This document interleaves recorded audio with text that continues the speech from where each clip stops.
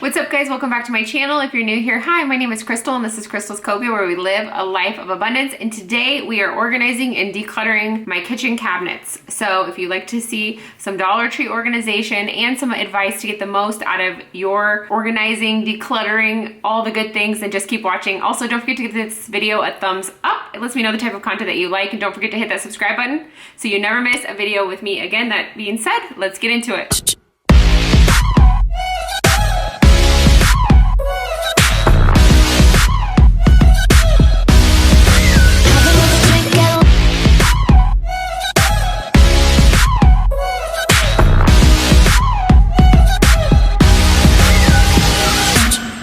Okay, so first thing I'm going to show you guys is some shots of what things look like before. Now, I organized my kitchen not that long ago. I'll leave that video linked above if you missed it. Now I've been working in the space, living in the space. We've been quarantining in the space and realizing that there are places that aren't working or functioning well, and it's hard to keep things organized and corralled. And a good way to tell if your system is broken is if it's always a mess. So there were places in our kitchen cabinets you'll see here that just got a little bit out of control. And so I went back through, did a declutter for the season, and then also decided that we needed to maybe move things around and find better homes for these items, because the way we were doing it before just wasn't working. So I'm gonna give you guys 10 tips here as we go through, and I'm gonna walk you through my cabinets and show you what I use for organizing and how I set them up. Okay, my first tip for you when you are organizing your kitchen area is to keep in mind prime real estate. And prime real estate are those drawers and cabinets that are within arm's reach.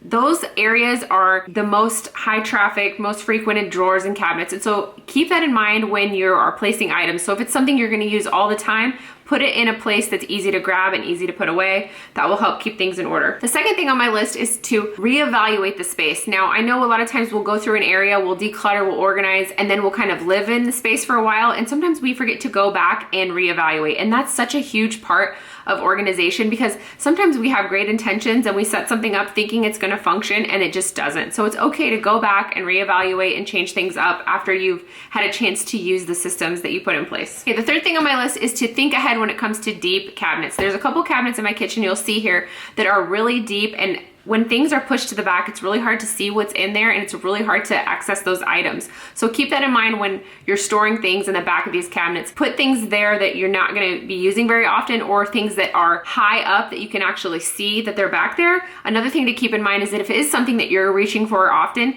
put something in front of it that's lightweight and easy to move around so you can get to that cabinet, or get to that item in the back of the cabinet, I mean. Okay, the fourth thing on my list is to use zones. Zones are so important. I love using zones in organization because it defines an area for a specific thing. So like, for example, I'm gonna show you the cabinet here. This is where I go in the morning. This is where I mix up my morning caffeine drink. This is where I take the medication that I take every morning. This is where my vitamins are housed. So having all those things together is a cue for me to take the medicine, and because I know I'm not gonna forget the caffeine. So if I see the other things there, I'm more likely to use them. Same thing with smoothies. I keep all of our smoothie stuff together, all of our stuff to make protein balls together, because those are things we're doing a lot of. And so I want it to make it as easy on me as possible and corral those things all together. Okay, the fifth thing on my list is labels are your friend. And here's why: because unless you live alone, the labels are really good for your family members if they're unloading the dishwasher or putting groceries away. If you have zones and you have labels on containers, they're just more likely to be able to put things back where they go. Plus, sometimes you forget what's in the container.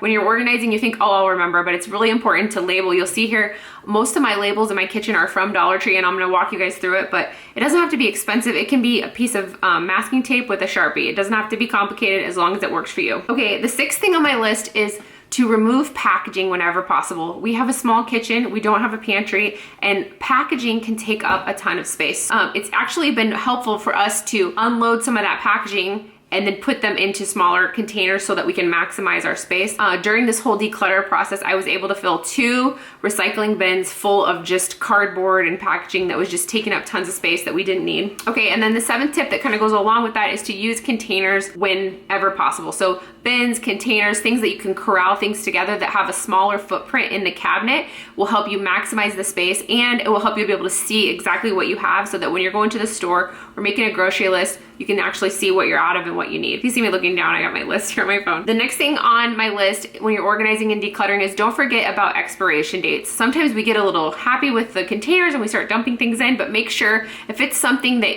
you don't use a lot of, like flour or baking items, make sure that you write somewhere on that bin or maybe on the bottom in the sticky note. That's my favorite way to do it, to write the expiration date so that you're not throwing away the container and then all of a sudden you don't know when it's expired. Okay, and then the ninth thing on my list, this is a really important one and a hard one, and that's to purge before you go out and buy organizational bins. A lot of times when we start getting rid of stuff, we realize maybe we don't need as much organizational bins and baskets as we thought. The other thing is don't forget to go around your house and see what you have. I have a little container upstairs that just holds all of my extra baskets and bins. So whenever I'm gonna organize a space, I always shop the house first and see if there's something I can repurpose.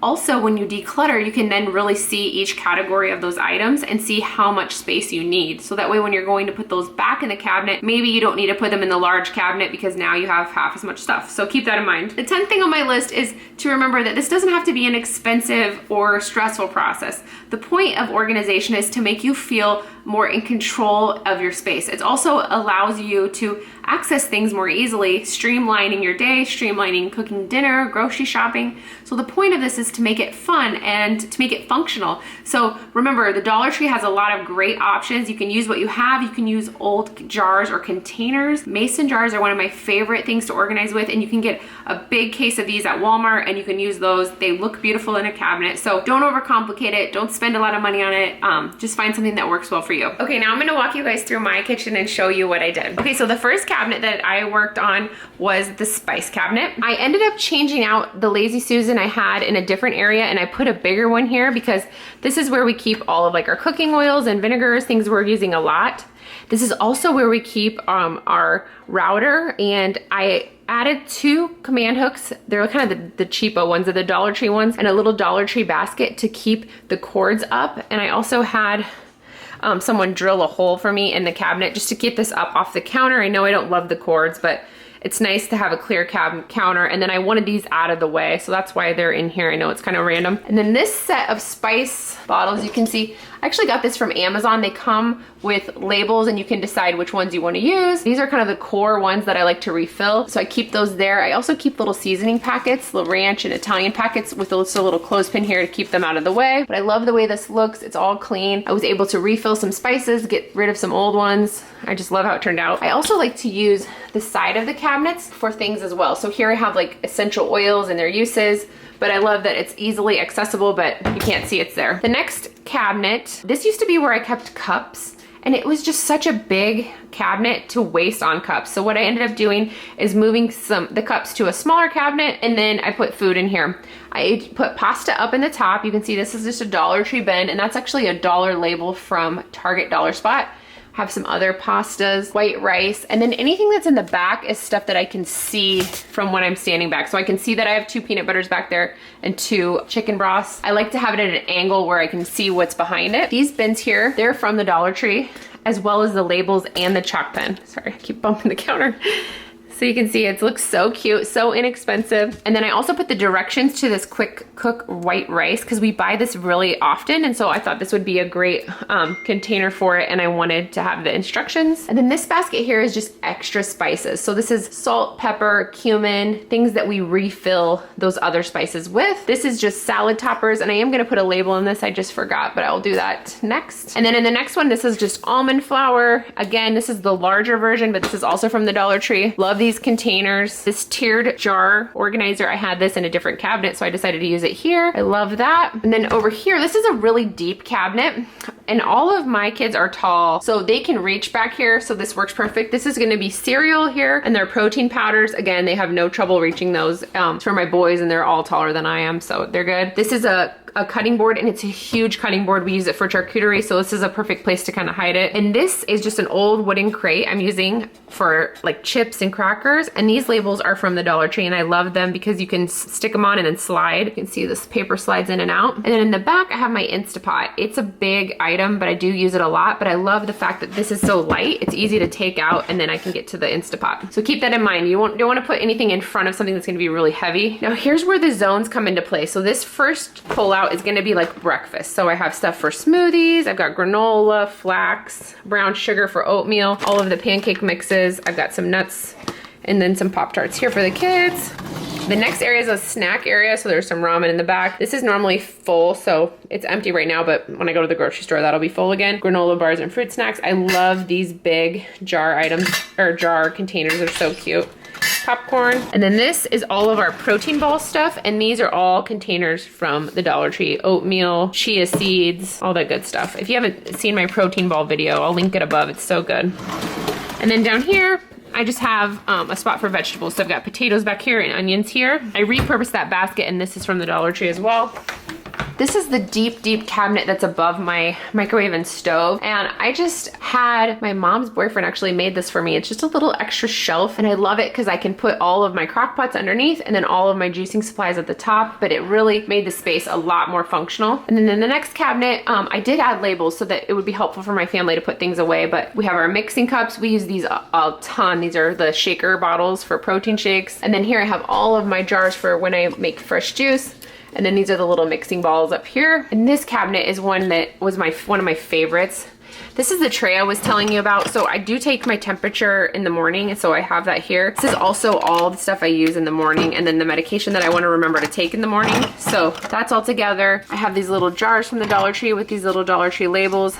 This is, again, stuff we're not getting into a lot, but we have it here and all labeled, easy to see. Some coffee for the French press. I was able to pare down a ton of coffee cups and to-go cups. I was glad to get rid of the stuff we weren't using. Then this is a side cupboard, and it's very deep. So my advice is to put stuff in the back you're not using a lot. Like for us, it's our Foreman, or nothing at all. So this cabinet has some space, but it's deep, and I don't want things to get lost in it. So I like how it's set up now. Everything has a spot, and I'm not gonna lose things in the back of that cabinet. And then here we were able to move all of our cups and glasses into just 2 cabinets because we pared down so much. So I love that. And then down here is the Lazy Susan cupboard, and this actually was functioning really well. So I didn't do anything with this. And the trick for this that's what worked well for me is I have one tote that only holds lids, as you can see, and then all the bottoms are stacked on themselves, and that's been really actually good, and we've been able to maintain that system. Now I'm gonna go under the cabinet. Now this was full. You guys maybe saw this in my other video. I put these pull-outs in here to make like drawers, and these are completely empty now. So this is where I'm gonna put overflow items, bulk items. I'm really excited to have some space to put those. Went through our junk drawer, purged, so much better.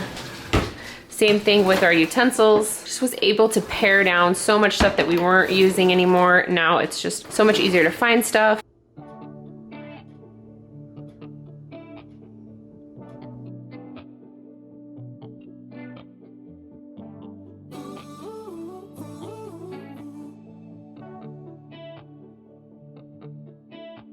In the club, in the streets, waking up, yeah, always when we meet, something's still missing. We're still faking. I hope you guys enjoyed this video. If you like organizational videos, then don't forget to give this video a thumbs up. It lets me know the type of content that you like, and I'll see you guys in the next one. Bye! Also, guys, leave a comment below of what your problem spaces are in your kitchen. For me, it's cups. To-go cups, shaker cups. We just had a ton of cups. So what's that space, what's that thing in your kitchen that's just taking up all the room and driving you crazy? I'd love to hear about it. Leave a comment below.